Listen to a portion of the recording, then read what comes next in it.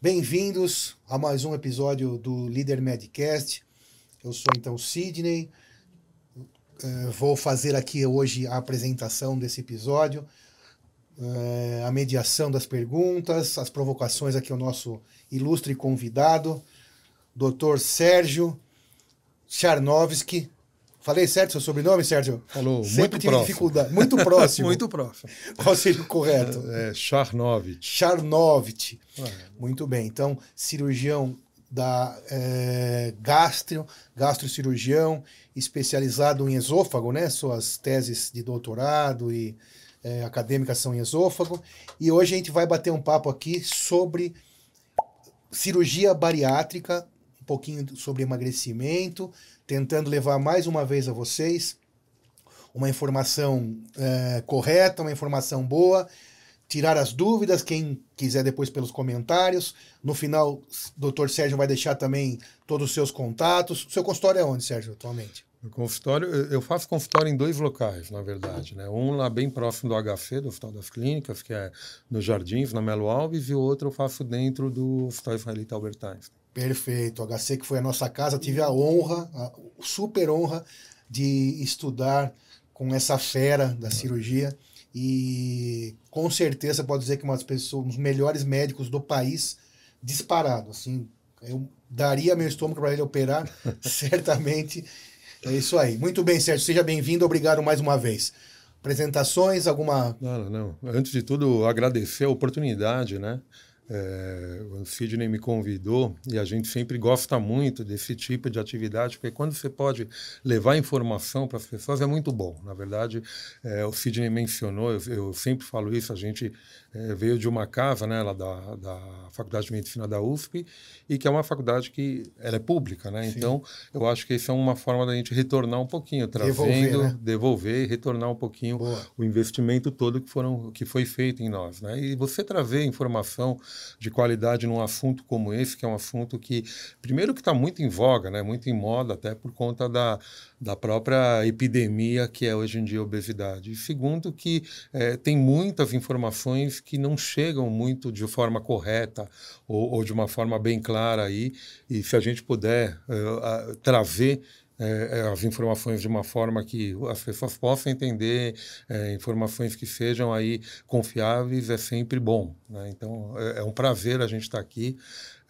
O Sidney, colega, né, de faculdade, mas é uma pessoa assim muito empreendedora, sempre fez aí muito por acontecer, e é muito bom poder estar aqui e tentar colaborar nesse programa de vocês. Obrigado, Sérgio. Então, retomando, a nossa ideia é trazer essa informação para aquelas pessoas, pessoas que tenham interesse, né, de conhecer o que é o correto em cada uma dessas patologias ou procedimentos e tudo mais. Então, já que o nosso tema é cirurgia bariátrica ou emagrecimento, vamos para a gente poder iniciar o assunto. Quando que a cirurgia bariátrica pode ser útil no emagrecimento de uma pessoa? Quando ela está indicada? Como que funciona esse processo de uma maneira geral para a gente introduzir o assunto? Perfeito, Sidney. É legal a gente trazer essa informação, porque inclusive os pacientes que vão no consultório muitas vezes têm dúvidas, né? A cirurgia bariátrica, ou também conhecida como cirurgia de obesidade, ela é vista, né, por nós profissionais da saúde como um tratamento, né? E como um tratamento, você trata alguma doença. Então, eu falo assim, você tem que ver quem que é o paciente que está doente e que precisa desse tratamento e que vale a pena você fazer esse tratamento, né? A obesidade é uma doença. A obesidade, quando ela passa de um patamar, ela se torna mórbida. A palavra é feia, tem muita gente que estigmatiza, Sim. Mas não é. Na verdade, morbidade quer dizer doença, né? A pneumonia é uma morbidade, e a obesidade ela pode ser mórbida, ou seja, aquele grau de obesidade pode levar o paciente a ter uma saúde prejudicada em relação à população normal. E quando isso acontece, você tem que oferecer para o paciente um tratamento. É igual, eu sempre brinco com o paciente que entra no consultório, é igual vir um paciente com uma pneumonia, eu não oferecer para ele o tratamento de uma pneumonia. Então, se ele tem uma obesidade mórbida, ele precisa ser tratado porque aquela obesidade está levando doença a ele. Existem vários tratamentos, dietas, orientações terapêuticas e tudo mais tal.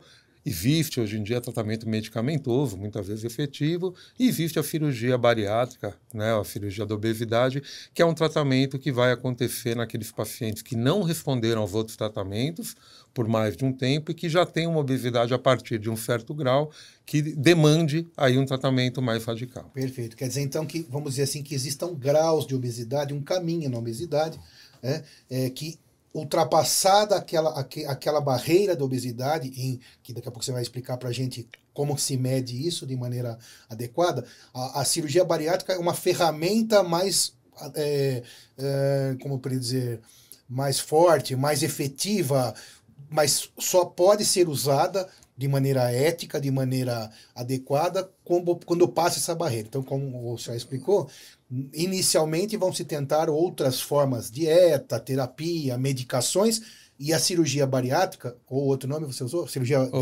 obesidade, né? Ela então, lança-se mão dela quando ultrapassa aquele número de obesidade, aquele grau de obesidade. E como seria esse grau? Como que se mede, mais ou menos? Como que tem? A palavra que você perdeu aí, na verdade, é muito simples. Ela é indicada, é indicação em certos motivos, né? Então, o que acontece? A gente tem que levar em consideração algumas coisas para indicar uma cirurgia bariátrica. Então, em termos de peso, né, que o pessoal sempre pergunta, a gente não utiliza peso, a gente utiliza uma medida que chama índice de massa corporal, né, que ela relaciona o peso e a altura do paciente, porque é lógico que você tiver um paciente de 1,60 m com 150 quilos, é bem diferente de um paciente de 2,10 m com 160 quilos. Né? Então a gente usa essa medida, que é índice de massa corpórea. Existem várias discussões a respeito dessa medida. Ela não é ótima, mas ela é uma boa forma de você categorizar, ou seja, de você botar os pacientes em pacotinhos. Começar a avaliação. Começar uma avaliação. Então, dependendo desses pacotinhos, você vai ter uma indicação ou não. Então, para vocês terem uma ideia, tá? O IMC até 25 é um IMC eutrófico, né? Abaixo de 20 já seria um paciente mais desnutrido, mas de 20 a 25 é um paciente eutrófico, um paciente que teria uma condição de obesidade normal. De 25 a 30 seria um sobrepeso. De 30 até 35 é o que a gente chama de obesidade grau 1. De 35 a 40, obesidade grau 2, e acima de 40, obesidade grau 3. Não interessa esses numerozinhos, o que vocês vão saber é o seguinte, o paciente até 35 de MC, ele não tem a saúde prejudicada, então ele não tem indicação nenhuma de cirurgia. Né? Ele é um obeso grau 1, mas que ele pode ser tratado de qualquer forma, porque aquilo não está prejudicando a saúde dele. E quando você fala em saúde, prejudicar outros itens além do que o pessoal pode enxergar, né? Quando a gente fala em saúde... Dessa questão de prejudicar, né? O que na verdade já foi medido, tem vários trabalhos que trazem essas informações, é o seguinte, o paciente com a obesidade mórbida, o que é? Deixa eu só definir o que é a obesidade mórbida, porque eu acho que é importante. Aquele paciente acima de 40 de MC, ou seja, obesidade grau 3, ele é um paciente com obesidade mórbida. O paciente entre 35 e 40, se ele tiver alguma patologia associada que é relacionada à obesidade, a gente já considera ele mórbido. Sim. Então, sendo sendo um grau abaixo. Quais são essas patologias? Basicamente, assim, tem várias, né, que são referidas, mas hipertensão, aumento de colesterol, a diabetes, gordura no fígado, né, que a gente chama de esteatose hepática, problemas articulares, ortopédicos são muito comuns, então joelho, principalmente as articulações que aguentam esse peso, né? Coluna, joelho, quadril, tornozelo e tal. Então são condições que se juntam à questão do peso e tornam aquele grau mórbido, perfeito. Doente. É isso aí. Mesmo sendo acima de 40, por exemplo. Exatamente. São essas condições que, na verdade, a gente chama de comorbidades, né? E que vão deixar aquele paciente doente, né? Perfeito. E aí, o que fala, bom, mas por que esse é mórbido e outro não é mórbido, né? Óbvio, assim, sempre vale a pena a gente lembrar que esses índices, eles são um jeito de você colocar todo mundo em alguns grupos, né? Mas vai ter um paciente que tem 40 de MC e que é um indivíduo extremamente forte, musculoso, atleta, né? e que ele não pode não ser obeso mórbido. Mas uma forma de você categorizar, ou seja, de você colocar todo mundo para comparar, é essa forma de MC. viver. E aí as comparações que foram feitas, né, que você me perguntou, o que eles viram? O indivíduo que tem obesidade mórbida, ele tem menor expectativa de vida. Ele vai viver menos, né? Ele gasta mais em remédio, ele gasta mais em saúde, ele vai ter uma saúde mais cara, né? E o mais importante, na minha opinião, de tudo é o seguinte, a qualidade de vida, né? Hoje em dia, a medicina trabalha muito em aferir qualidade de vida das pessoas. Não interessa só o cara viver, interessa o paciente viver muito bem. Então, ele vai ter todos esses critérios piores do que uma pessoa normal, que eventualmente, desculpe falar o normal, mas uma pessoa eutrófica não é normal, né? Vai ter todos esses critérios piores do que uma pessoa que é eutrófica ou até mesmo do que um obeso grau 1. Sim, perfeito. Então, resumindo, se ele consegue se tratar, e é o que ele deve fazer, independente de chegar na bariátrica ou não, ele vai conseguir prolongar a sua vida e, principalmente, dentro desse maior tempo, ter qualidade de vida. E uma coisa que você falou agora que eu achei interessante, né? Eu tenho como título esse diagnóstico por imagem e muitas vezes vi diagnósticos de esteatose hepática e não tive tanta profundidade em explicar ao paciente. Você falou da esteatose hepática. O que a esteatose hepática pode levantar nessa situação toda junto com a obesidade? Quando a pessoa emagrecer, ela some, por exemplo, o pessoal me perguntava. E qual a gravidade, quanto isso é importante? É importante o que você perguntou, Sidney. Na verdade, a esteatose hepática, ela não é só do obeso, né? Você tem esteatose hepática por síndrome metabólica, então alguém que tem colesterolemia muito alta, esse tipo de coisa. Mas a esteatose hepática associada à obesidade, quando o paciente emagrece, ela melhora. E melhora bastante, né? É o tratamento mais eficaz, mais efetivo. A maior parte dos pacientes que vão ter esteatose hepática, ela vai ser uma doença insidiosa que não traz gravidade. Essa é a maior parte. Porém, ela pode, ao longo da vida, aquela infiltração gordurosa no fígado, trazer alguma inflamação hepática, uma esteatohepatite, que a gente diz, e isso, eventualmente, até levar para quadros mais graves, como cirrose e tudo mais tal. Então, isso é extremamente pouco comum. Mas pode acontecer, então é uma condição que a gente trata e que a gente se preocupa. E não deixa de ser também um sinal que se acrescenta nesses critérios da obesidade como comorbidade. Perfeito. Muito bem, perfeito. Bom, então o Dr. Sérgio nos explicou aqui os critérios para que haja indicação, qual é a indicação para se realizar uma cirurgia bariátrica, sobre a melhoria de qualidade de vida, até de expectativa de vida. Muito bem. Mas e da técnica cirúrgica? Quer dizer, como que é feita essa cirurgia? Que mesmo eu, como médico, confesso que me formei já há alguns anos, né? Junto com o Dr. Sérgio, mas na nossa época de formatura, a cirurgia bariátrica era uma técnica que eu imagino que hoje tenha mudado algumas coisas ou muitas. Muito. Explica para o povo, para as pessoas que não são da área de saúde, como que é essa técnica mais ou menos, relações, o que mudou, explicar para mim mesmo daí mais ou menos. A gente faz isso no consultório, né, constantemente. Sim. E eu vou explicar, acho que de uma forma que dê para o pessoal que vai ter um contato com a cirurgia bariátrica entender, né? A gente tem hoje em dia 3 tipos de cirurgias que são, vamos dizer, liberadas e bem estudadas em todo o mundo, com as técnicas bem estabelecidas, padronizadas e com os resultados já medidos, para a gente saber se elas funcionam ou não. Isso é a parte mais importante, né, da medicina como um todo, estar homologado, né? Estar provado que funciona. Né? Exatamente. Cientificamente confirmado em vários grupos de pacientes. Às vezes um fulano vai bem num lugar e não vai bem no outro. Né? Então são técnicas que a gente diz consagradas e que inclusive hoje em dia são as técnicas aceitas aqui no Brasil pelo CFM, pela Sociedade Brasileira de Cirurgia Bariátrica e Metabólica e tudo mais tal. Então, basicamente, para vocês entenderem, a gente tem as técnicas cirúrgicas que elas são restritivas, apenas restritivas. Tá? Hoje em dia tem uma dúvida, porque a técnica restritiva, que é o quê? O paciente vai ter que comer menos. Ela restringe o volume de alimento que o paciente tem que fazer.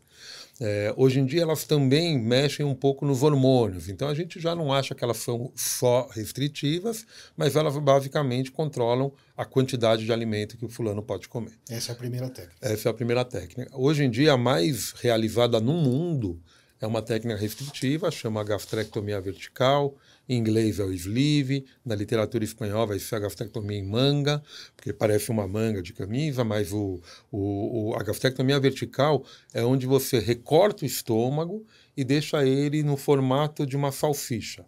E aí ele fica, por isso que é vertical, porque ele fica em pezinho e ele fica com uma capacidade de volume mais ou menos entre 150 a 200 ml. Como se você diminuísse o tamanho do estômago, basicamente como você diminuísse o tamanho do estômago. E aí vai ter vão ter várias formas que isso vai funcionar. Então, primeira coisa, faz o paciente comer menos, mas também vai fazer ele se sentir com menos comida, mais saciado, né? Vai produzir menos fome no paciente, porque você tira uma parte do estômago que estimula um hormônio que dá apetite, vai fazer, às vezes, depois, numa fase mais tardia, esse estômago esvaziar mais rápido, então isso vai mexer com alguns hormônios que o paciente acaba querendo comer menos e ficando mais saciado. Por isso que acaba emagrecendo.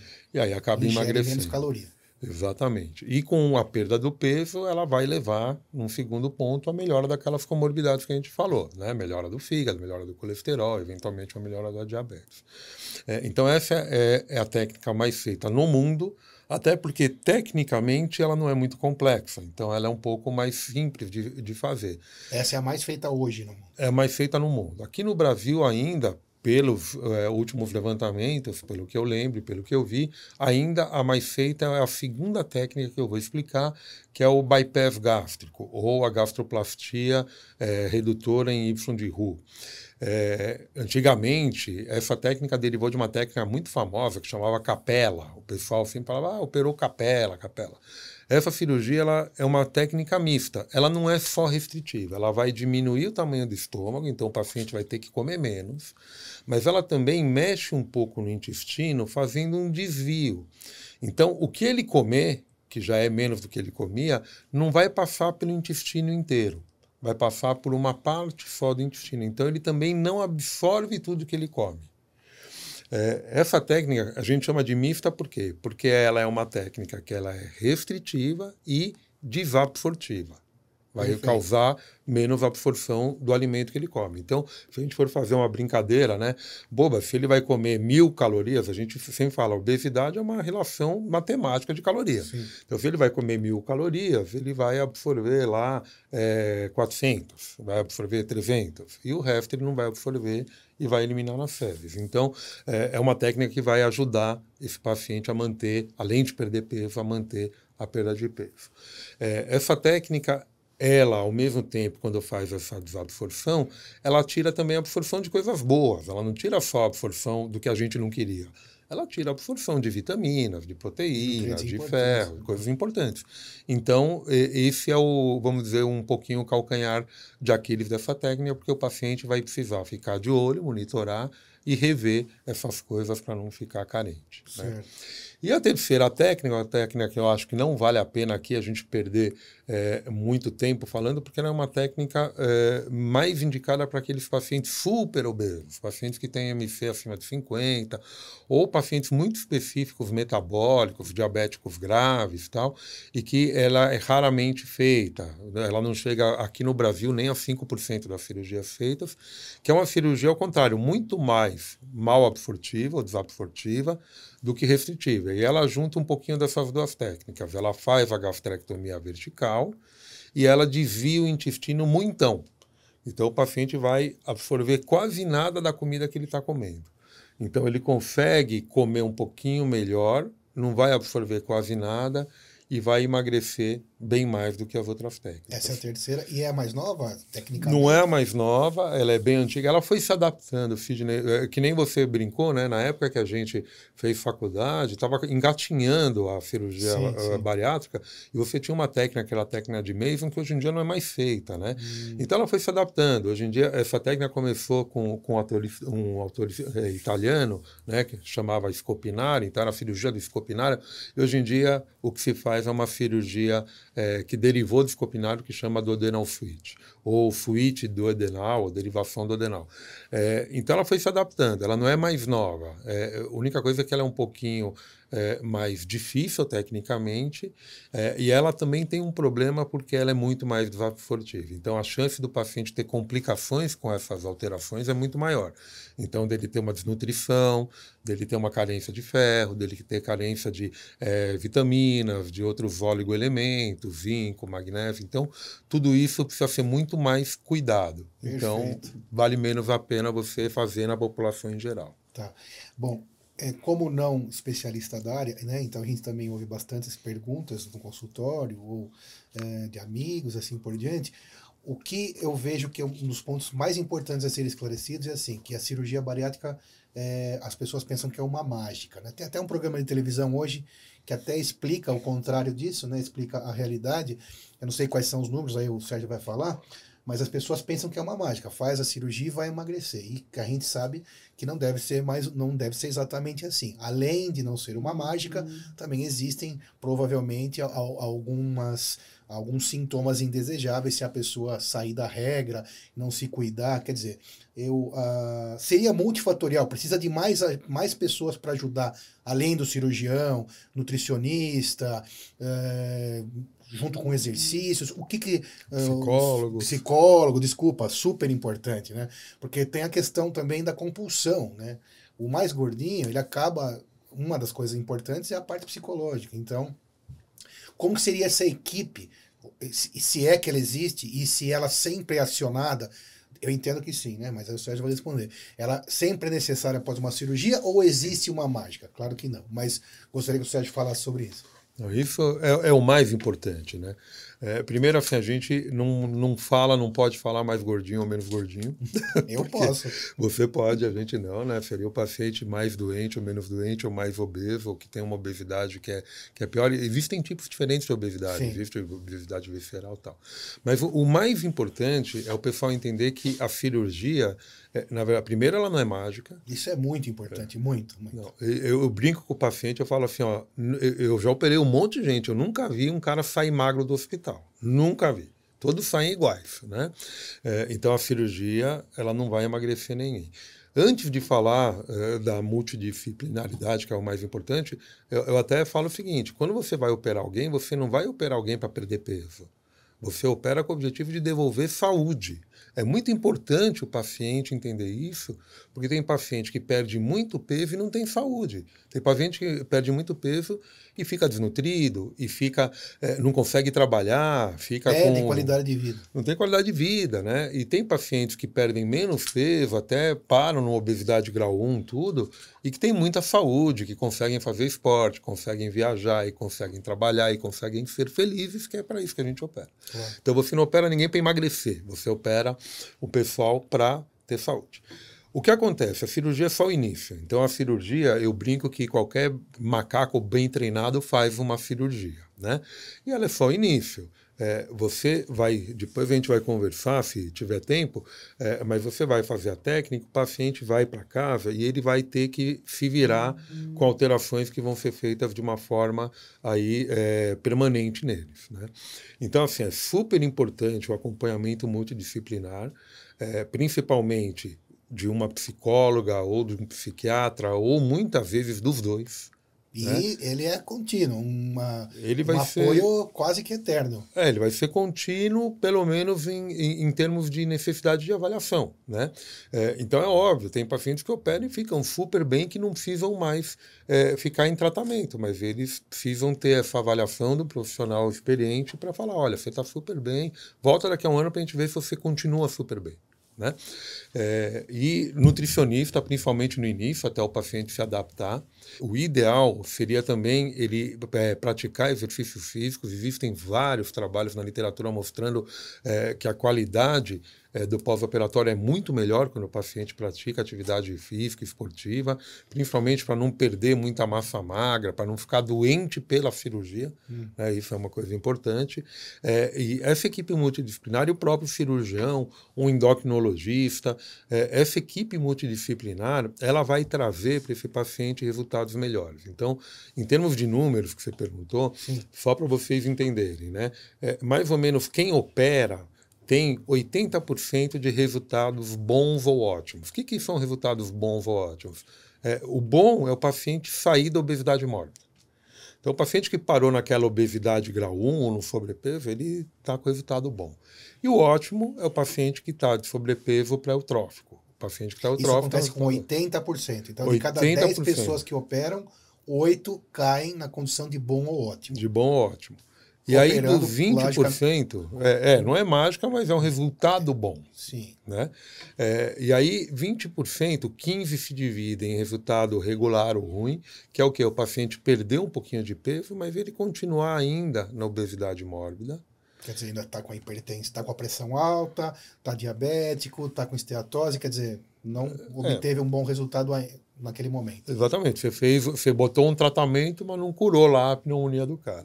Sim. E o resultado ruim, que é muito raro, é o paciente que ganha peso ou que continua exatamente no peso que ele tinha. Que é muito raro. O pessoal fala, o fulano de tal operou, mas ganhou tudo de novo. É importante saber que é o seguinte, a maior parte dos pacientes, né, mais de 90%, vão ter um reganho de 10% do que eles perderam. A longo prazo, isso. Depois de 2 anos, é normal o paciente, por exemplo, perdeu 30 quilos, ganhar 3, 4. Perdeu 40 quilos, ganhar 4, 5 quilos. Está no lucro, né? Isso é totalmente normal. Mas mesmo reganhando esse tipo de peso, o paciente se mantém naquele resultado bom porque ele saiu da obesidade mórbida. Né? E o que mais importa se o paciente vai ficar nos 80% do bom ou ótimo ou vai para o regular é a equipe multidisciplinar. Essa é a importância. Né? Isso já foi medido por vários trabalhos e não é a técnica cirúrgica, não é se o cirurgião é o melhor do mundo ou não. Mas é importante também, né? Vamos frisar isso. É importante ser bem operado para não ter complicações. Né? Agora, o resultado a longo prazo ele vai muito depender dessa parte. Você falou uma coisa importante, né, sobre a compulsão que o paciente pode ter. Então, tem muitas brincadeiras, tem alguns jingles, aí, alguns chavões da cirurgia bariátrica, né, que todo mundo fala assim, mas você... pacientes falam isso, né? Você opera o órgão errado, porque meu problema não é aqui, meu problema é aqui. Né? E é óbvio que a gente opera o órgão errado. O problema é que a ideia de você operar o estômago é para ajudar... O órgão certo. O órgão certo a funcionar melhor. Só que o órgão certo tem que ser cuidado. Né? Hoje em dia, só para complementar isso, é obrigatório, Sidney, na verdade, pelo CFM, pela Sociedade de Cirurgia Bariátrica e Metabólica, no mundo inteiro e aqui no Brasil também, é obrigatório o paciente ter avaliação psicológica. Até mudou uns anos atrás, porque antigamente o pessoal ia e fazia uma avaliação de 15 minutos. Eu vim aqui para você me dar o papel para poder operar. E a psicóloga, algumas iam lá e assinavam. Então, hoje em dia, o paciente tem que ter mais de 2 consultas, é obrigatório por lei. Senão, o convênio, por exemplo, não libera. Está autorizado a não liberar. E aí ele tem que ter essas consultas, ser avaliado por uma psicóloga, ser avaliado por uma nutricionista e por um clínico. Geralmente, a gente pede que seja um endócrino. Por quê? Para o endócrino saber que ele fez o tratamento, e hoje em dia o prazo é de pelo menos 6 meses, antigamente eram 2 anos, ele fez o tratamento para obesidade e não teve resultado. Sim. Aí esse cara, com todas essas avaliações, é um candidato para ser encaminhado na cirurgia. Tá. Mas uma pergunta. A dieta, sim, até parece óbvio, mas a gente deve explicar para quem está nos ouvindo que não é da área, não tem nenhuma obrigação em saber. A dieta do cidadão, do paciente, né, que operou, que fez uma cirurgia de obesidade ou bariátrica, ela muda? Quanto ela muda? Tem umas lendas também sobre dietas líquidas, ou sobre o tal do leite condensado, de sorvete. Tem, já que nós estamos falando de dieta, para você incluir na sua resposta, aquela história também do facilitador, né? O que o doutor Sérgio acha sobre isso daí? O que você me responde? Então, na verdade, assim, vou dividir essa pergunta em 2 partes. Perfeito. Né? Uma parte que o pessoal confunde um pouquinho é a dieta do pós-operatório. Sim. Né? A dieta do pós-operatório, essa eu falo que tem menos importância, e é que o paciente chega com mais medo no consultório, né? Depois que operar, por favor, comer líquido, por favor, tomar líquido, por favor, tomar não sei o que lá, tal. Então você tem, aí depende de cada cirurgião, de cada técnica, mas geralmente você tem uma readaptação à dieta logo depois da cirurgia que dura mais ou menos um mês. Tá? Então, depende da cirurgia, depende do cirurgião, mais ou menos em um mês o paciente vai sendo liberado progressivamente para voltar a comer de uma forma normal e natural. Essa dieta, após um mês, depois de um mês, vai ser a dieta que o paciente vai ter para a vida inteira. Então, independente da técnica que for feita, ou quem operou... Só uma parte, porque também, lembrando, é irreversível. Ela até é reversível, mas dá tanto trabalho que você precisa operar pensando que ela vai ser reversível. Perfeito. Eu mesmo já reverti algumas cirurgias, mas assim, é muito raro. É muito raro e você só reverte por problemas muito sérios, muito graves. Né? Então, o que acontece? O paciente vai comer aquilo o resto da vida. Então, uma coisa que é essencial, todas as cirurgias trazem uma restrição de volume. O paciente não pode comer muito, né? Ele nunca vai poder comer muito. Todas. Tá? Todas as cirurgias. Então, se ele comer muito, ou ele vai passar mal, ou ele vai vomitar, ou ele vai voltar a ganhar peso acima do normal, ou ele vai ter outros problemas aí metabólicos e tudo mais tal. Então, o paciente operado, ele tem que se acostumar a comer pouco várias vezes ao dia. Não é que ele precisa comer pouco no total, mas ele não pode comer muito de uma vez, ele tem que fracionar a dieta. Porque não cabe. Porque não cabe. Na prática não cabe, não consegue processar aquele alimento, né? Ou não cabe, ou se couber, vai trazer mal para ele, vai fazer mal para ele. Então, o que acontece? Ele tem que ir para lá já pensando que ele vai ter que comer várias vezes ao dia. Né? Então, a coisa que eu mais converso com meus pacientes, por exemplo, o paciente chega no consultório e fala assim, olha, eu vim aqui, eu não consigo fazer dieta, não consigo fazer nada, eu não tenho tempo para comer. Doutor, eu acordo de manhã, não tenho tempo para comer, eu só vou jantar e alguns dos ouvintes podem estar se identificando, né? Então, assim, o meu trabalho é muito puxado. Está obeso. Lembrando. Está obeso. E fala assim, eu não tenho tempo para comer. Então, eu chego em casa, não comi nada o dia inteiro, daí eu como tudo. Então, por isso que eu vim aqui para operar, para poder emagrecer. Esse é um péssimo paciente para operar. Então, ele vai ter que fazer toda uma reavaliação, uma reeducação alimentar, nutricional, inclusive com o psicólogo, muitas vezes, para entender que ele não pode fazer isso. Não existe como ele fazer. Ele tem que fracionar. Então, todo paciente operado tem que fracionar a dieta. E até porque não cabe muito, para ele ter energia e conseguir se manter ao longo do dia trabalhando, fazendo esporte, andando, cuidando dos filhos, né, fazendo tudo que ele quer fazer, ele precisa ter energia. Essa energia ele só vai ganhar ao longo do dia com várias refeições. Então, essa é a primeira grande coisa. Tem que fracionar a dieta. Né? Quanto ao que pode comer, a maior parte dos pacientes comem de tudo. Comem de tudo. Tem um problema nas cirurgias que tem mal absorção, que é o dumping. Se quiser, a gente deixa num capítulo à parte, podemos discutir isso, que é um mal-estar quando o paciente come doces ou come coisa muito osmótica, ou seja, muito açúcar, um doce muito forte e tudo mais tal.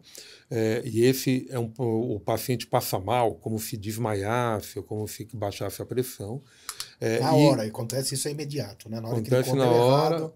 E todo paciente operado de uma técnica tipo do bypass, uma derivação e tal, ele já teve um pouquinho de dumping, ele já sabe, tem alguns até que se adaptam, mas isso é uma coisa que acontece. Então, o paciente operado nem sempre ele vai poder comer doce de uma forma liberal, igual ele comia antes. Né? E tem um outro problema que é o álcool.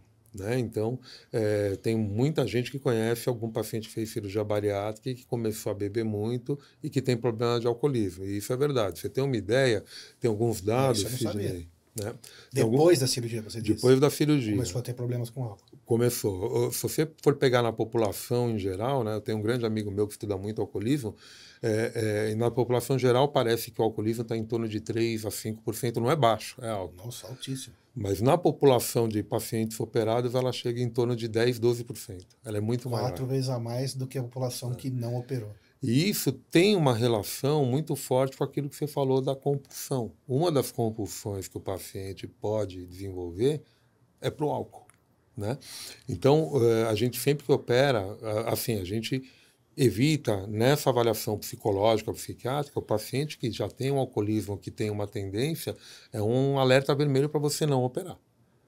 É contraindicado? É contraindicado se não for tratado. Tem que ser tratado, tem que ser visto pela frente, tem que ser controlado e encarado. Senão, você não deve operar. E aí, o que acontece? Tirando o doce e o álcool, o restante da alimentação, da dieta, né, só acabando aquela pergunta, o paciente ele vai comer de tudo, mas ele tem que ter na cabeça que ele tem que comer fracionado.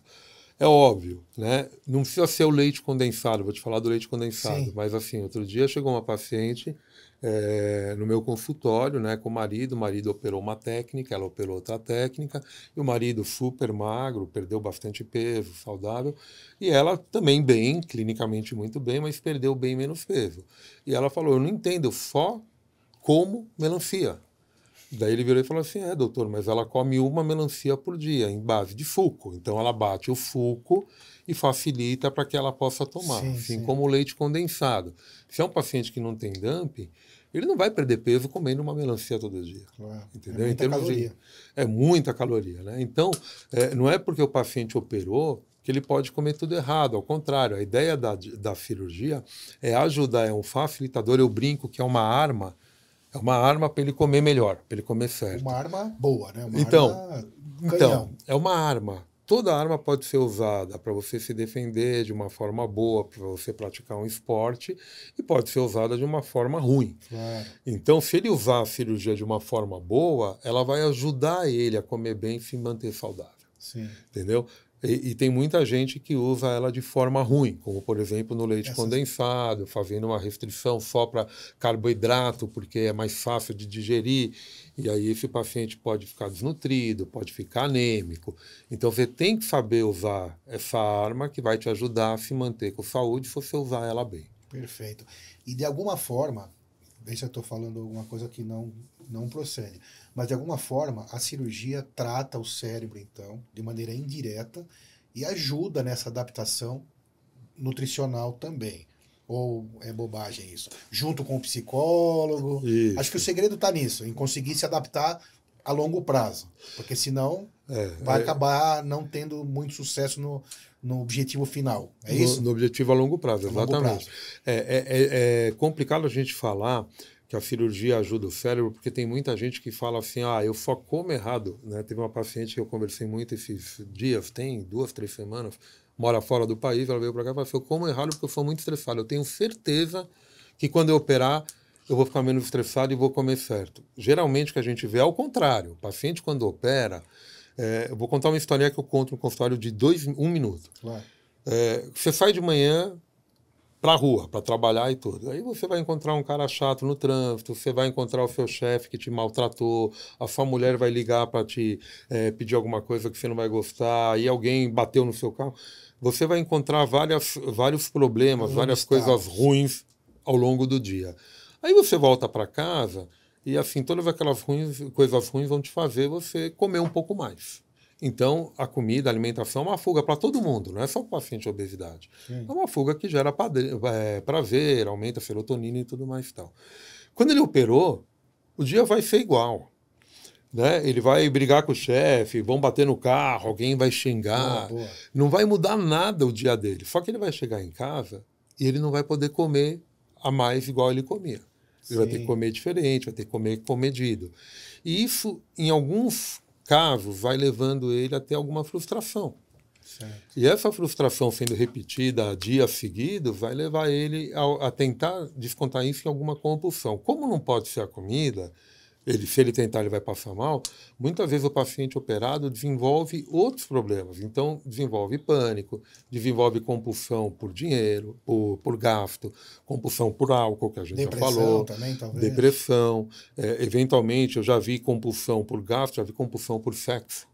Entendeu? Já vi, assim, compulsões por vários motivos. E até eu brinco, né, com os meus pacientes no consultório, que a única compulsão que eu falava que o cara tinha direito a desenvolver era compulsão por esporte. Exercício, eu pensei nisso. Porque tem alguns que desenvolvem, né? E aí eu paguei minha língua, porque eu tive uma paciente, uma pessoa super legal, super bacana, e ela desenvolveu a compulsão por esporte. Que também pode ser prejudicial, né? Começou a treinar, tudo já tinha na fase aí, era uma menina de uns 40 anos, né? Certo. Mas começou a ter lesões. Sim. Começou a ter, teve fraturas por trauma, fraturas de estresse e tudo mais. Overuse. E sofreu bastante por não poder praticar as atividades ao ponto que ela gostava, né? Quer dizer, isso prova ainda mais a questão do ser a multifatorialidade da coisa, né?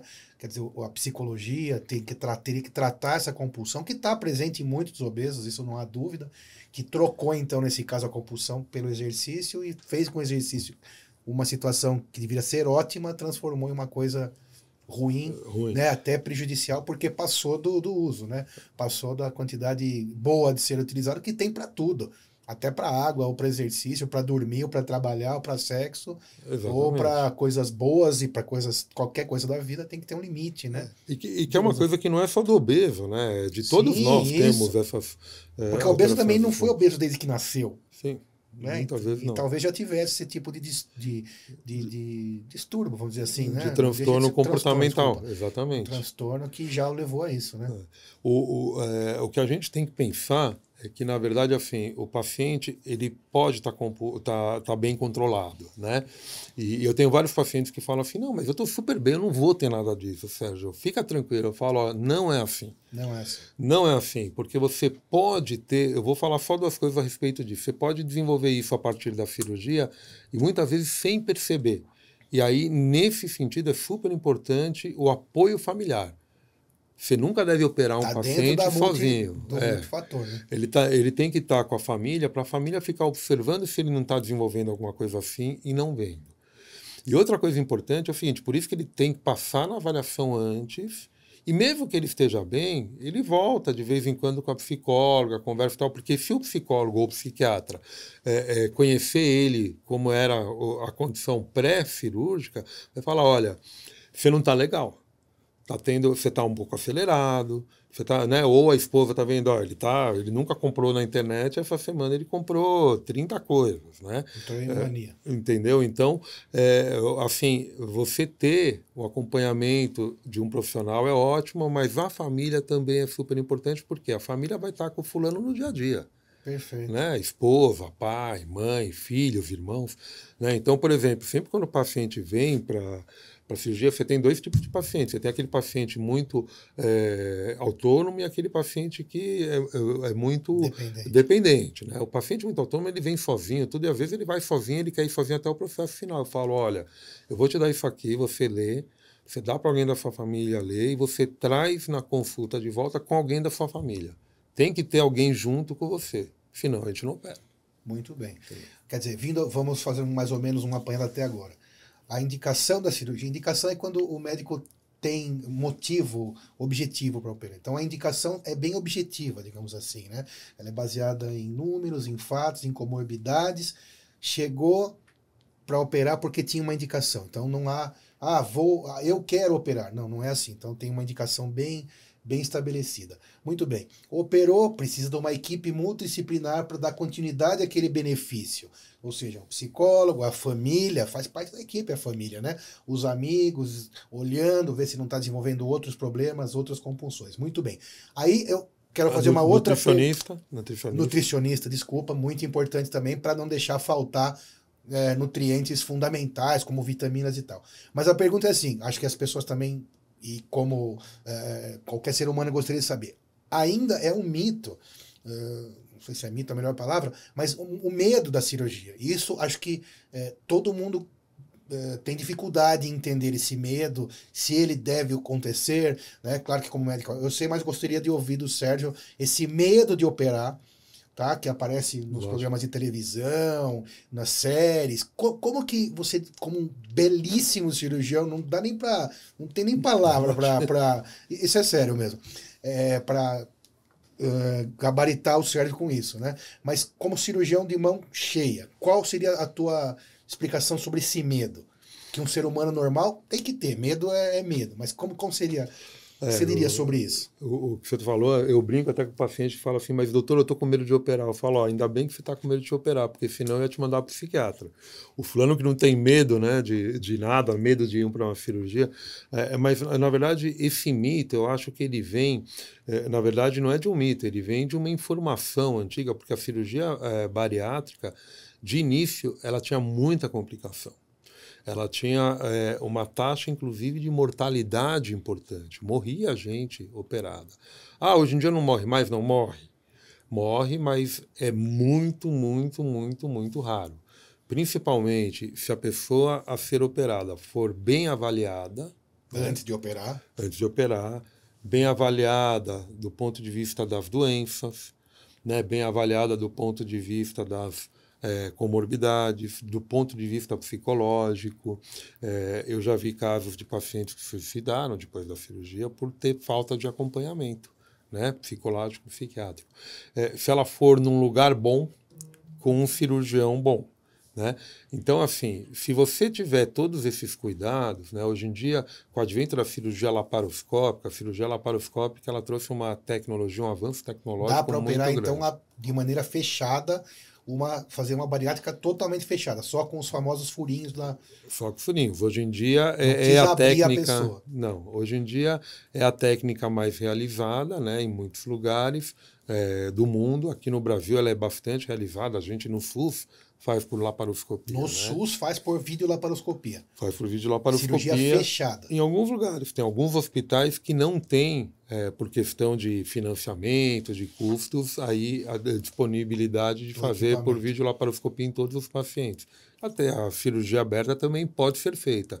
Mas a cirurgia laparoscópica diminui bastante as complicações, diminui, por exemplo, complicações que tinham pelo próprio corte, como infecções, pela dor que o paciente sentia, eventualmente por ter que ficar deitado na cama, infecções de pulmão, pacientes em UTI. E hoje em dia, com a cirurgia laparoscópica, é engraçado, porque o paciente, a gente fala, essa é uma cirurgia que ela dói muito pouco. O paciente quase não sente dor. Para você ter uma ideia, a maior parte dos pacientes... Estamos falando do pós-operatório, logicamente. Do pós-operatório. Depois que operou. A dor, óbvio, a dor o paciente está anestesiado, né?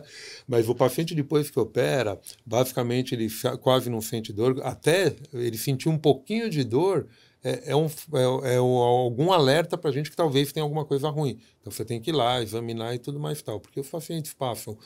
tem dor no primeiro dia, depois da cirurgia. O segundo dia, muito pouco. Geralmente a gente dá a alta no terceiro dia, ou seja, no segundo dia depois da cirurgia, o paciente vai para casa tomando uma Novalgina e um Tilenol. Que são no terceiro dia, então, depois da cirurgia, já tá de alta. Já está de alta. A palavra de jargão. Tomando... Novalgina e Tilenol, que são analgésicos simples, que a gente dá para tratar gripe de criança. Em casa já. Em casa, e a maior parte dos pacientes não toma. Nem precisa. Por quê? Não precisa porque não tem dor. Eu não falo que eles têm que não tomar, eu falo que eles têm que tomar, claro. Mas eles não tomam porque eles não têm dor. Então, assim, com o avanço tecnológico da cirurgia, a cirurgia é bem tranquila. A cirurgia nunca me preocupa se ela é feita nesse paciente que foi bem avaliado e num lugar que tenha condições técnicas boas, óbvio, né? Então, um hospital que tenha material bom, que tenham cirurgiões bem formados, que tenham, eventualmente, locais aí que tragam uma segurança boa para o paciente. Ela não é mais de alta complexidade. Ela é uma cirurgia... dia foi. Já foi. Tinha muita infecção...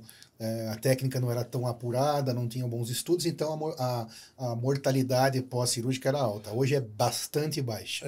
A mortalidade é irrisória, menos do que 1%. Você tem, óbvio, como avaliar os pacientes. E tem pacientes que vão ter uma morbidade maior. Então, Sim. Você vai precisar operar um paciente que está com obesidade mórbida, mas que tem uma insuficiência cardíaca muito grave, tem uma diabetes grave, tem um problema pulmonar grave, já foi transplantado. A gente opera hoje em dia paciente transplantado e tal. Você vai falar para esse paciente, olha, o seu risco é maior. Mas seria o mesmo risco dele operar uma outra cirurgia, de operar uma outra situação no intestino ou no rim, etc. Exatamente. Né? Aí você vai ter hoje é muito boa, então. Exatamente. Você vai ter que, na verdade, botar na balança o risco versus o benefício que ele vai ter da cirurgia. Né? Assim como, às vezes, você vai operar um paciente que tem um coração muito ruim, insuficiência renal grave e que tem um câncer. Não tem o que conversar. É grave, ele vai ter risco, mas se você não operar o câncer... né? Não tem como. Então, esses riscos são mediados. Na população em geral, o risco é muito baixo e a morbidade é muito baixa. O mais complicado que eu acho da cirurgia não é o evento da cirurgia em si, mas é esse pós-operatório todo que a gente está conversando a longo prazo, sim, né, do nutricionista e tal.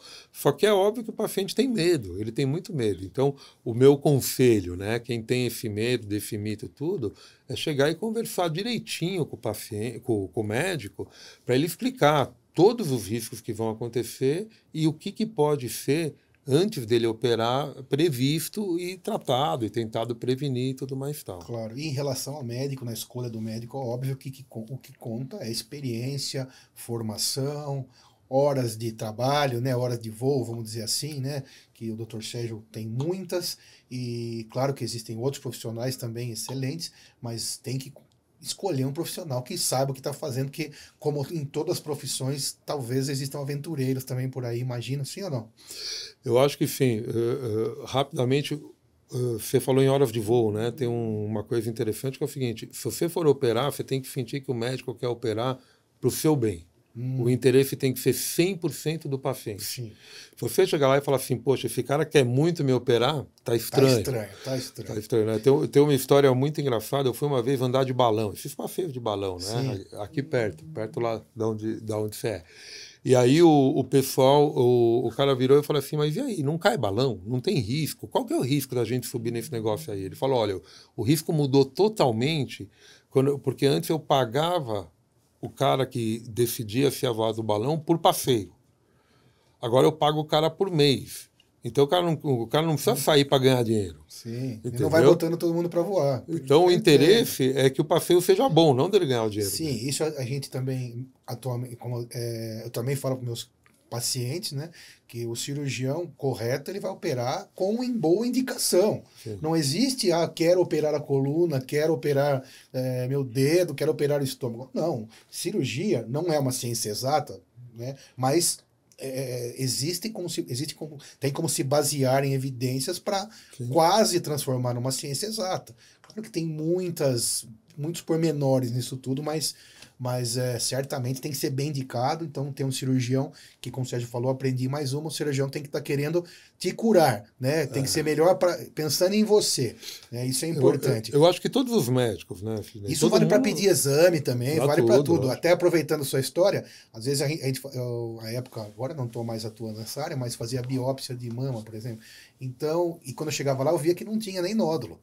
Mas chegava para mim já a biópsia. Muitos já iam lá e utilizando agulha para fazer o procedimento. Então, para explicar para a paciente que não vai fazer biópsia porque não tem motivo. E sabe o que acontecia? Essa paciente fazia queixa contra mim. Olha que coisa mais... Porque ela pensava que eu não quis fazer a biópsia, mas você não fez por ela. Né? Porque fez, às vezes, um exame em algum lugar que não era tão assertivo, chegava lá com um cisto que não existia, ou com um nódulo que não existia. Então, fazer biópsia do quê? Né? Então, ele não faz. É bem simples. Você mencionou no início, né, que eu sou cirurgião especializado mais em esôfago, é verdade. Hoje nós vamos outro dia marcar um podcast só sobre refluxo, sobre esôfago, com o Dr. Sérgio também. Hoje o nosso assunto é bariátrica, mas nós vamos ter outros. Mas assim, existem cirurgiões e cirurgiões, existem muitos cirurgiões bariátricos. E existem hoje em dia as clínicas que operam o paciente sem todas essas avaliações que a gente está falando. Puxa vida. Ou que pagam, tal. Não clínicas, mas existem esse tipo de lugar. E o meu conselho é o seguinte, na verdade você tem que ter essas indicações e o médico tem que te operar porque ele está olhando para o seu bem. Isso é sempre, assim, super importante, é o principal. Muito. Né? E vale para todas as especialidades. Para todas as especialidades. Muito bem. A gente colocou uma caixinha de perguntas, assim que fala, Gustavo? Nosso estagiário ali de marketing. Uma caixinha de perguntas no Instagram, né? E aí vieram algumas perguntas para o Dr. Sérgio também. Já respondeu um pouquinho, mas uma das perguntas feita aqui pelo ouvinte, pelo internauta aqui no Instagram, quais são os efeitos colaterais mais importantes de uma cirurgia bariátrica? Acho que já respondeu um pouco, mas para elencar, assim, respondendo mais objetivamente esta pergunta. A longo prazo, a médio prazo? Então, objetivamente, assim, o paciente, eu vou falar não do paciente que complicou, que teve um problema né? Um paciente, os efeitos colaterais que podem acontecer com todo mundo que operou, mesmo que fez a avaliação, está fazendo dieta e tudo direitinho. Né? Então, o dumping que eu falei, então esse é um efeito colateral que às vezes é muito chato. Né? Eu brinco que eu rezo para os meus pacientes terem dumping, porque daí eles não vão comer doce. O dumping é uma entidade, não é tipo uma dor, uma coisa só. O dumping é um conjunto, é uma entidade única. O dumping é uma síndrome. Então, o que é uma síndrome? É um conjunto de sintomas que acontecem com o paciente no momento que ele tem isso. Então, lógico, são individuais, né? Tem gente que só tem sono, tem gente que tem suador, tem gente que tem suador e baixa pressão e fica com a vista escura, tem gente geralmente taquicardia. Tudo isso pode acontecer na síndrome do dumping, que é geralmente relacionada com essa alimentação mais à base aí de carboidratos que são de alto teor glicêmico e facilmente absorvidos, né? O nome é feio, alto teor glicêmico, mas é açúcar livre, basicamente. Né? Farinha então, também, carboidrato farinha menos. Pode dar, mas é menos. Mais açúcar. Você pode ter dumping com pãozinho? Pode, mas é mais raro. Agora, com doce é muito mais frequente. Sorvete, alto aí. Sorvete, então, principalmente o doce mais líquido, que passa mais rápido, tudo que passa mais rápido tem mais chance de dar dumping. Então, que passa mais rápido tem mais chance de dar dumping. Por exemplo, o leite condensado, que você mencionou, mas o sorvete, um suco bem adocicado, uma vitamina batida mais doce e tal, tudo isso dá dumping. Esse é um dos efeitos colaterais que podem acontecer e que, quando acontecem, pode ser tratado, né? Mas, geralmente, o tratamento passa por orientação nutricional. Existem alguns remédios, tal, mas assim, tem que mudar o jeito que o cara está comendo. Peraí. Como assim ser tratado? Daí o dumping acontece naquela hora. É um evento agudo. Naquela hora você trata o sintoma. Não, ele tem que deitar, levantar a perna e tudo mais tal, mas é rápido. Só que você tem que depois mandar para o nutricionista ou você mesmo ajustar essa dieta. Para ajustar o jeito que ele está comendo para ele não ter mais dumping. Perfeito. Né? Ou ter menos dumping. Então, esse é um efeito colateral bem comum. Outros efeitos colaterais, eles estão relacionados aos pacientes que não se cuidam adequadamente. Então, eu já falei, por exemplo, dos efeitos psicológicos psiquiátricos. Sim. Então, alcoolismo e tudo mais tal. Você pode ter um paciente que não se alimenta adequadamente, por isso a importância, de novo, da nutricionista, por exemplo, desenvolver anemia, desenvolver carência de algumas vitaminas. Né? Então tem o pessoal que fala assim, então um efeito colateral é que o fulano que opera tem que tomar vitamina pro resto da vida.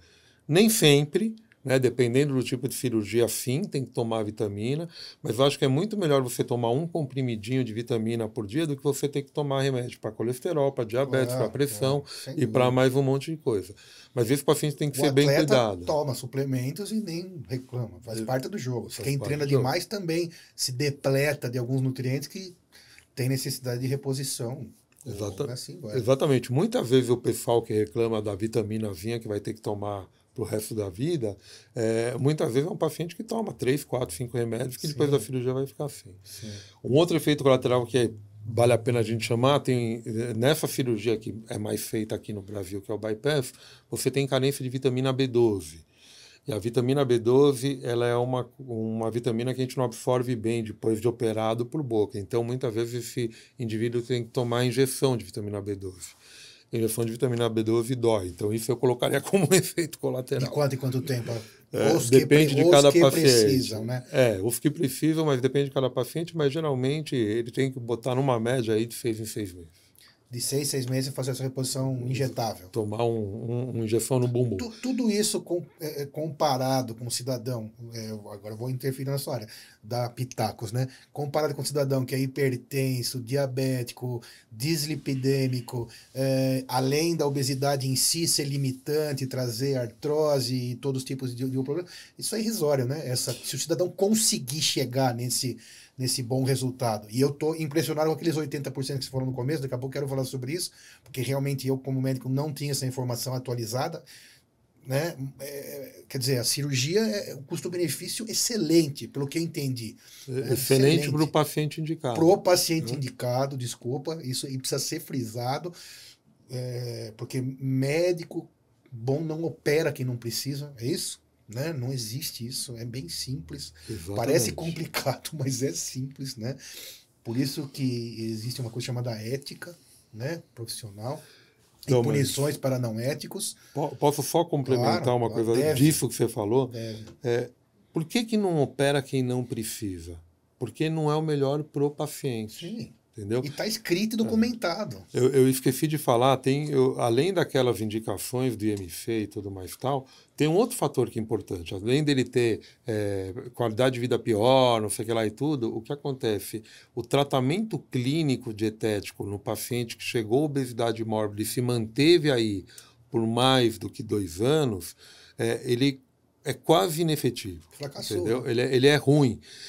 E ao ponto que se você pegar um paciente com uma obesidadezinha mais leve, ou um sobrepeso, nesse paciente o tratamento clínico é bom. Claro. Então ele não deve operar, ele vai fazer o tratamento clínico. Mas muitas vezes ele procura. E às vezes ele acha o profissional, profissional entre muitas aspas, que se candidata a operá-lo. E aí o final de qualquer coisa que não segue um caminho ético, um caminho científico, o final sempre é ruim, e isso é óbvio, talvez não tão óbvio, mas é importante que a gente fale, né? Então, por isso que acho que esse é o grande motivo dessa conversa, eu acho. Trazer para o cidadão leigo a realidade do que tudo isso não tem que ter, não tem como inventar, né? É tudo preto no branco, né? Um negócio certinho, onde você tem tudo escrito, a evolução, a indicação, a necessidade de ter muitos profissionais para que tudo dê certo. Fugindo de qualquer um desses critérios, o final vai ser péssimo. Pode ser desastroso. Pode ser desastroso. Muito bem.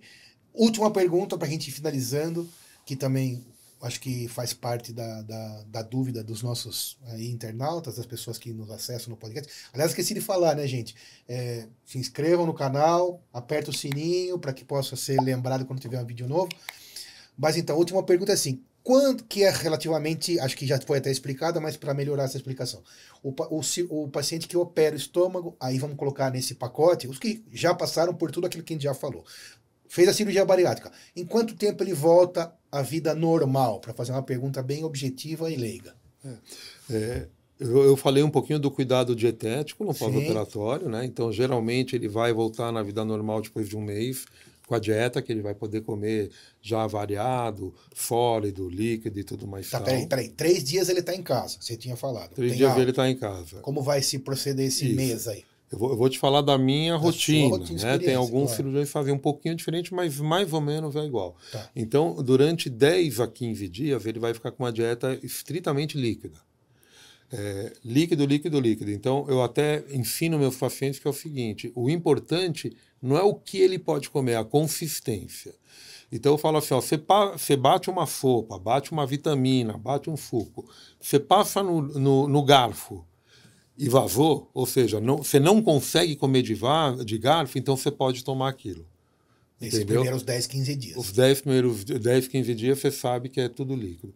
Passou dos 15 dias, ele vai para o semissólido. O que é um semissólido? Por exemplo, carne moída, um arrozinho e feijão bem molhado, um ovinho mexido, uma coisa que ele não precisa mastigar muito, porque vai conseguir descer bem. Então, eu falo para o paciente, finge que você não tem muito dente, mas você mastiga.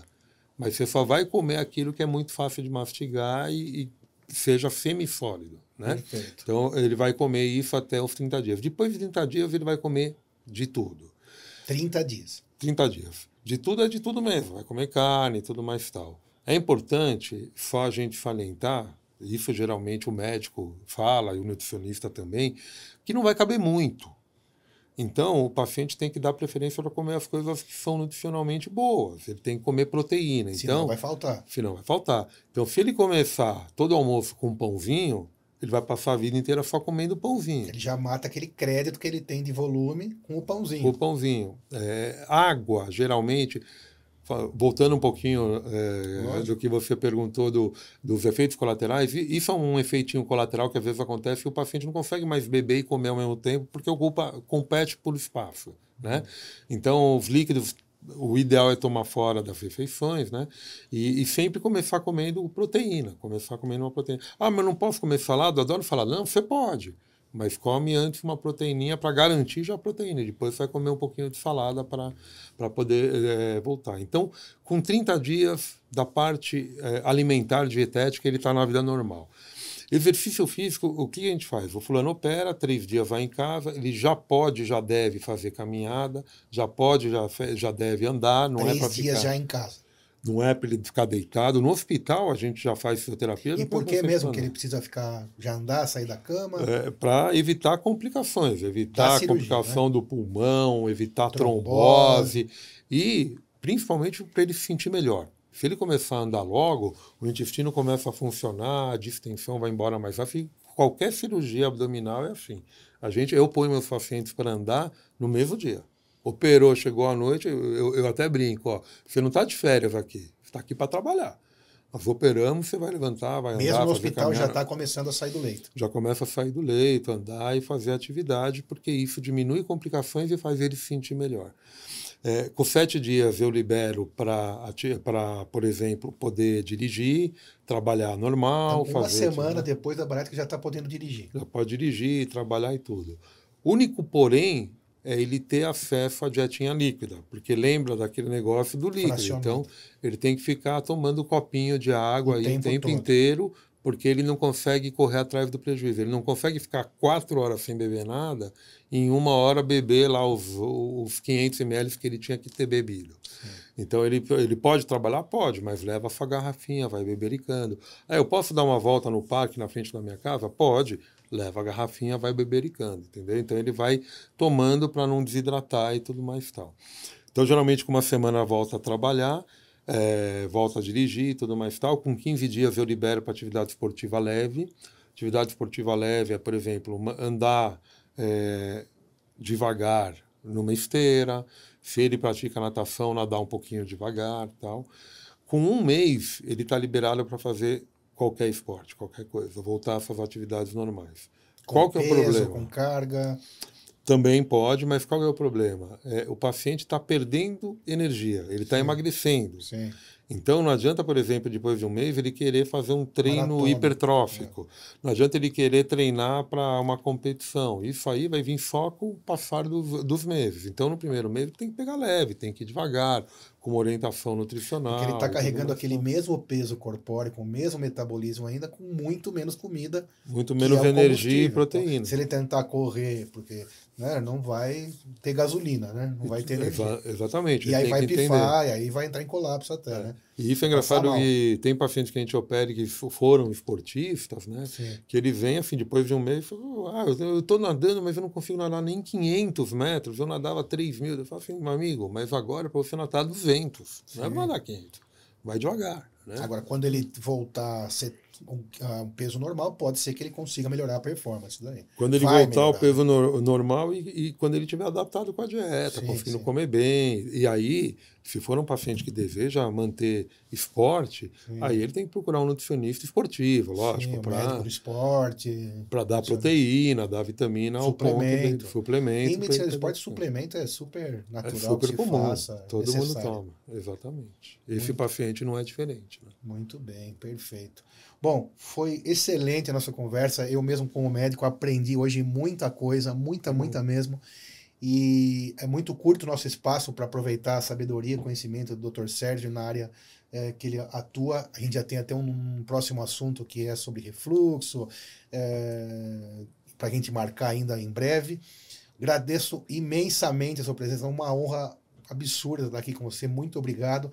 A gente também pede para, se você tiver alguma indicação para um próximo bate-papo nosso, algum especialista amigo, eu tenho, e você também, o privilégio muito grande de ter amigos e tivemos o privilégio de conviver com pessoas muito especiais, dedicadas às suas respectivas áreas, e essa indicação a gente pede por isso, né? Que a gente sabe que serão indicações de pessoas que terão muito a disponibilizar, e você falou uma coisa muito legal também, que eu vou usar aqui em todas as próximas vezes que eu tiver aqui, eu vou usar, que é devolver aquilo que o Estado investiu na gente, né? Sobre a forma de informação para quem precisa, e esse acho que é uma forma muito legal de orientar, e como a gente sempre às vezes fala, né? Se uma pessoa ouvir e conseguir isso mudar a vida dela, já valeu a pena. Obrigado, Sérgio. Palavras finais. Fala como encontrar também o Dr. Sérgio, porque quem assistir também às vezes pode estar precisando de uma consulta. Como a gente falou, não existe mágica, começa tudo de maneira profissional, uma consulta, em vários profissionais envolvidos, disciplina. Como faz para encontrar o Dr. Sérgio? Me fala as palavras finais e como faz para encontrar, Sérgio. Tá bom, primeiro... E a indicação também. Agradecer, falar que a honra é toda minha, né? A gente ter canal para poder se expressar hoje em dia é muito bom e nem sempre a gente vê por aí tendo um canal tão aberto. Muito Sim. bom estar aqui, falar para vocês. Deixo meus contatos à disposição também para dúvida. Acho que dúvida é mais fácil por e-mail. Então, quem quiser acessar meu e-mail, depois eu deixo para Vai sair na tela também, depois vai sair no tela, vídeo. Né? E pode, o telefone do meu consultório, não sei se é isso que você pode dar. Claro que pode, deve. É o 3083-4609, né? Esse é o meu consultório fixo. E aí falar com a secretária e qualquer informação mandar por e-mail e tudo mais tal. Eu acho que esse é um canal que tem que ser aproveitado por muitas especialidades, né? Até comentei com o Sidney aí que eu gostaria muito de ver um amigo meu cardiologista vir falar sobre risco cardíaco, doenças coronarianas, né? Que são coisas muito importantes aí. E hoje em dia, com a longevidade da nossa população, Sim, cada vez maior, né? E tira muita qualidade de vida. Mas é isso, Sidney. Vamos chamá-lo então, o cardiologista, depois você me passa direitinho os dados dele, o nome. E a gente já, se possível, se ele tiver disponibilidade, será uma honra recebê-lo também. Sérgio, mais uma vez, muito obrigado, muito mesmo. Obrigado, gente. Se inscreva então no canal, ativa o sininho. Mais uma vez, obrigado. Espero que vocês tenham gostado e aprendido bastante. Tenho certeza que sim, eu mesmo aprendi. Obrigado, mais uma vez. Obrigado, gente. Tchau.